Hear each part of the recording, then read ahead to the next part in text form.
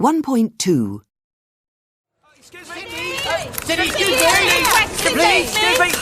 Just a few questions. Okay, but you just have 1 minute. What brings you to London? I'm here to accept an award and do some interviews. How long are you going to be in London for?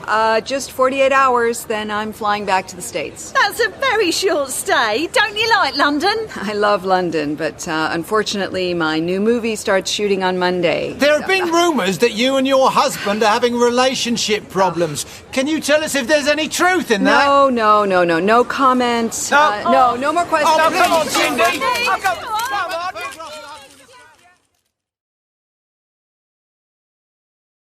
on. 1.3. 1. How long have you been waiting? How many children does your sister have? Should we buy her a present? 2. Why didn't you like the film? Isn't this a beautiful place? Don't you have to be at school today? 3. What are they talking about? Who does this bag belong to? 4. Who lives in that house? How many people follow you on Twitter? 1.4. Could you tell me what time the shop next door opens? Do you know if Mark's coming to the meeting? 1.5. 1. A. Do you have a big family? B. Do you have a big family? 2. A. What don't you like about the place where you live? B. What don't you like about the place where you live? 3. A. What sports or games are you good at? B. What sports or games are you good at? 4. A. Do you think you have a healthy diet? B. Do you think you have a healthy diet? 5. A. What makes you feel happy? B. What makes you feel happy? 1.6. 1. Do you have a big family? 2. What don't you like about the place where you live? 3. What sports or games are you good at? 4. Do you think you have a healthy diet? 5. What makes you feel happy? 1.7. 1. Do you have a big family? Yes, actually. I'm one of 7. I've got 5 sisters and a brother. Wow, that's a huge family. 2. What don't you like about the place where you live? Well, for one thing, I don't like my neighbours very much. Why not? What's wrong with them? 3. What sports or games are you good at?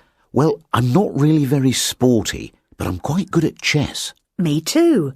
We could have a game one day. 4. Do you think you have a healthy diet? Yes, very. In fact, I'm a vegan, so I only eat fruit and vegetables and grains and no meat or fish. How interesting. How long have you been a vegan? 5. What makes you feel happy? Lots of things. Like buying new shoes. Oh, really? I can't think of anything worse. 1.8. 1. Wow, that's a huge family. 2. Why not? What's wrong with them?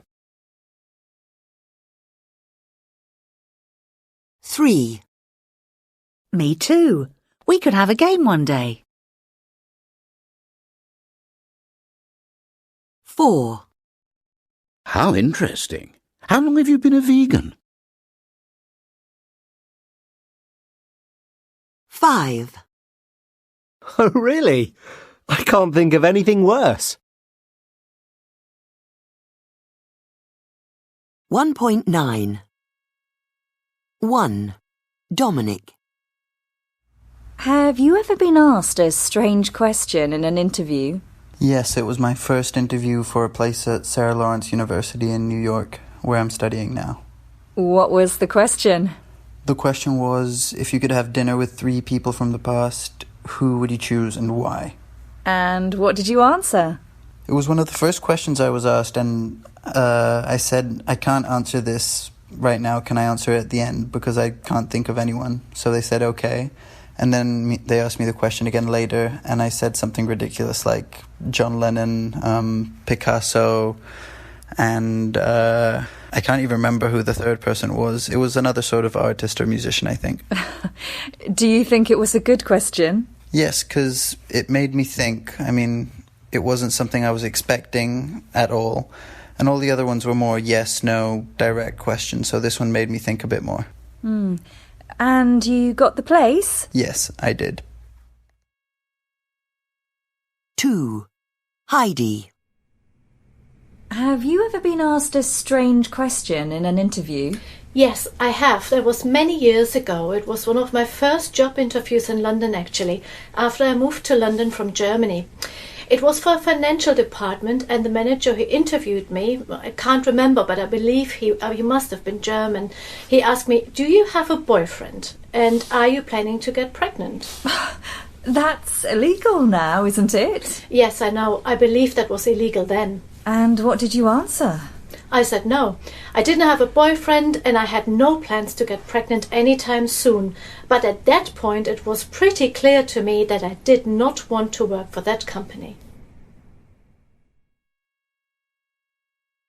3. Sean.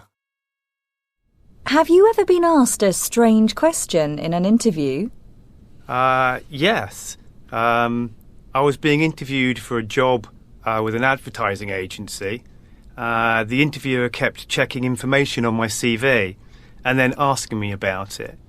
And he saw that I'd studied philosophy at university, and he said, oh, I see that you've studied philosophy at university. Do you still practice philosophy? What did you answer? I said the first thing that came into my head. I said, well, I still think a lot. Was the interviewer impressed? Well, he obviously liked the answer because I got the job. 4. Alice. Have you ever been asked a strange question in an interview? There's one I can think of, which was when I was being interviewed for a job with a company in Switzerland. What was it? Well, the interviewer asked me, what animal would you like to be reincarnated as? Weird question. Totally. What did you say? So I said a cat, because it was the first thing I thought of, and because cats have a good life. Well, at least in Britain they do. And then the interviewer immediately looked embarrassed and said that he'd been told to ask me that question to see how I'd react, but that he thought it was a stupid question. Oh. What happened in the end? I didn't get the job, so maybe the interviewer wasn't very fond of cats. 1.10.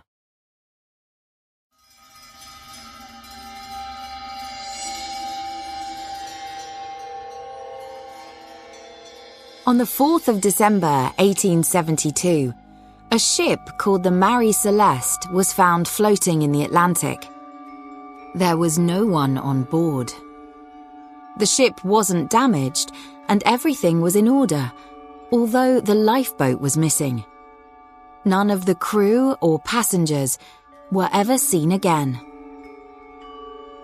On the 4th of March 1918, a huge ship called the USS Cyclops left Barbados with 300 people on board and sailed into what we now call the Bermuda Triangle. Then it disappeared without a trace. No distress call was made and no bad weather was reported in the region. A huge search for the Cyclops was launched. Boats and planes scoured the area for wreckage or survivors, but nothing of the enormous ship was ever seen again. On July 2nd, 1937, Amelia Earhart, the famous American aviator, took off with her navigator from New Guinea in a small plane on the last stage of their around-the-world flight. It was the last time they were seen alive. $4 million was spent on the search, but no trace of Amelia or the navigator was ever found.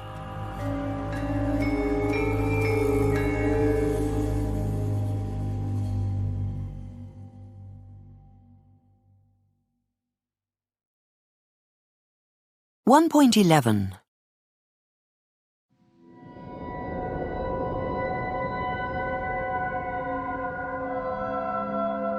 The Mystery of the Lighthouse Keepers. The mystery of the Flannan Islands lighthouse keepers is one of the greatest puzzles in history, a case that has baffled real and amateur detectives for more than a century. The Flannan Islands are 7 uninhabited rocks that rise out of the sea. They form part of the Outer Hebrides, a chain of remote islands off the west coast of Scotland.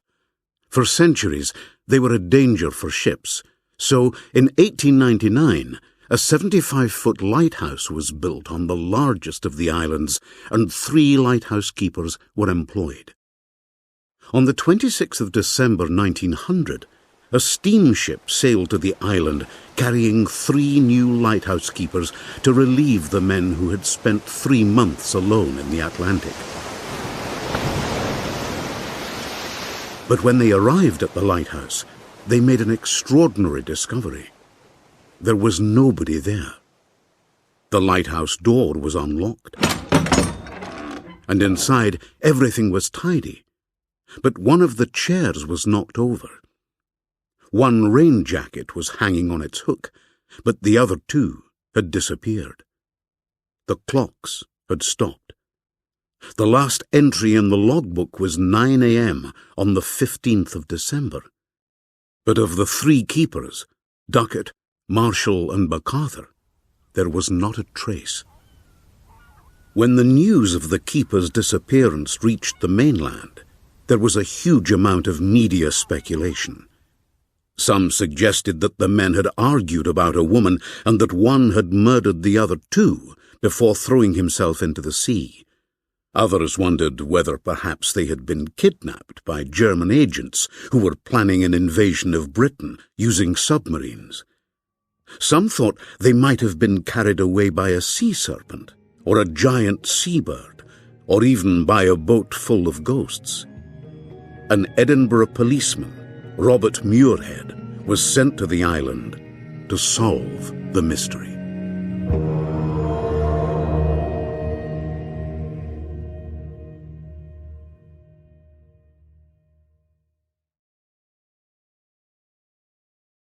(1.12)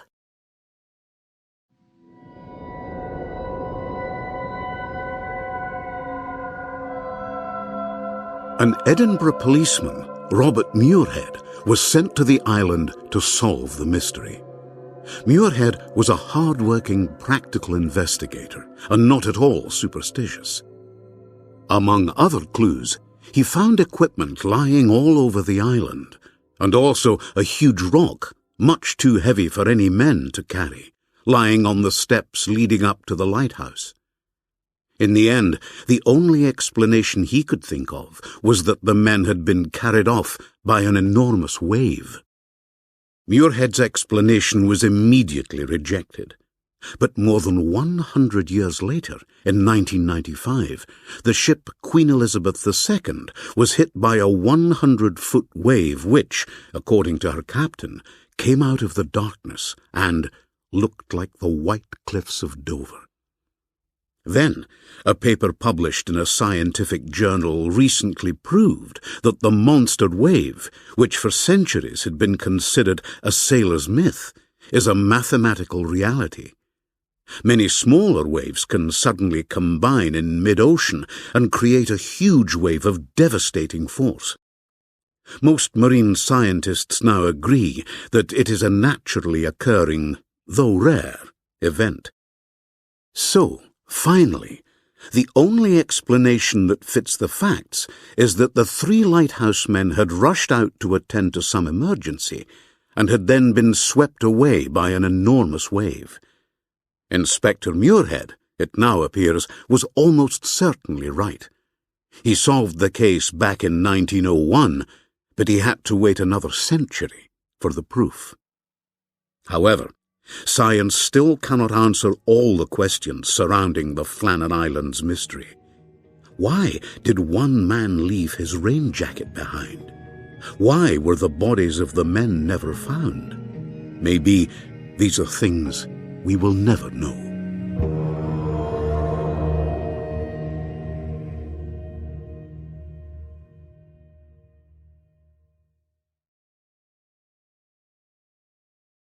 (1.13) 1. I heard a weird noise in the middle of the night. Did you? What kind of noise? 2. You don't believe in ghosts, do you? No, I don't. 3. I've never been to a fortune teller. Neither have I. I have. It was really interesting. 4. I don't believe you really saw a UFO. I did see one. It couldn't have been anything else. 1.14 1. I like cats, but my husband doesn't. Sally's coming tonight, but Angela isn't. 2. I loved his latest film. So did I. I haven't finished the book yet. Neither have I. Andrew's a doctor, and so is his wife. 3. I don't like shopping online. I do. I buy a lot of my clothes online. 4. I went to a psychic yesterday. Did you? I'll make dinner tonight. Will you? That's great. 5. You didn't lock the door. I did lock it. I know I did. Sylvia isn't coming. She is coming. I've just spoken to her. 6. You won't forget, will you? She can speak Italian, can't she? 1.15 1. I dreamt that I saw a ghost last night. Did you? So did I. How spooky. 2. I don't believe in fortune telling. Don't you? I do. 3. You don't like horror films, do you? I do like them. It's just that sometimes they're too scary.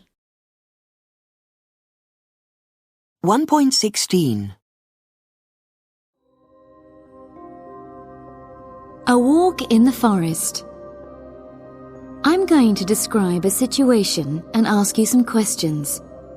Answer quickly without thinking about it too much. The first thing that comes into your head. Are you ready? Imagine that you're walking through a beautiful forest. The sun is out. There's a light breeze. It's a really beautiful day.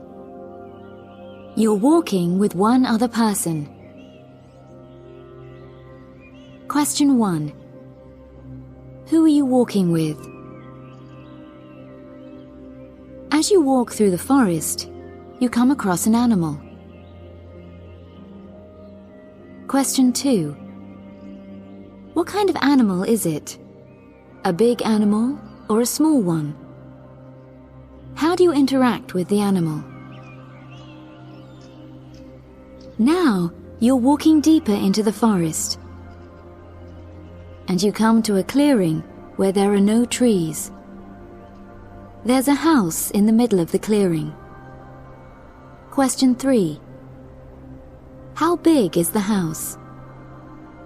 Does it have a fence around it or not? You walk up to the door of the house and it's open. You go in and you see a table.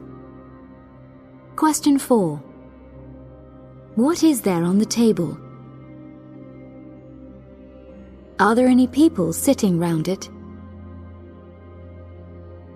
You finish looking around the house and you leave out of the back door.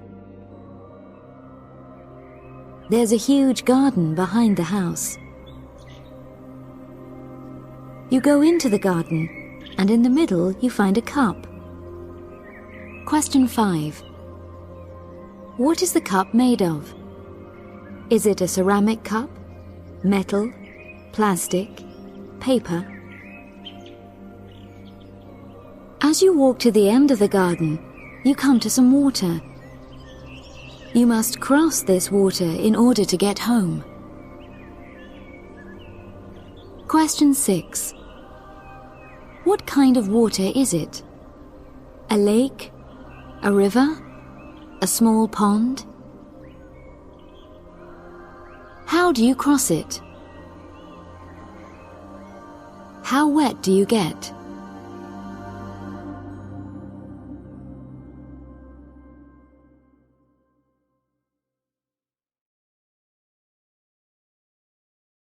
(1.17) What you have just done is a psychological test which analyzes how you interact with other people.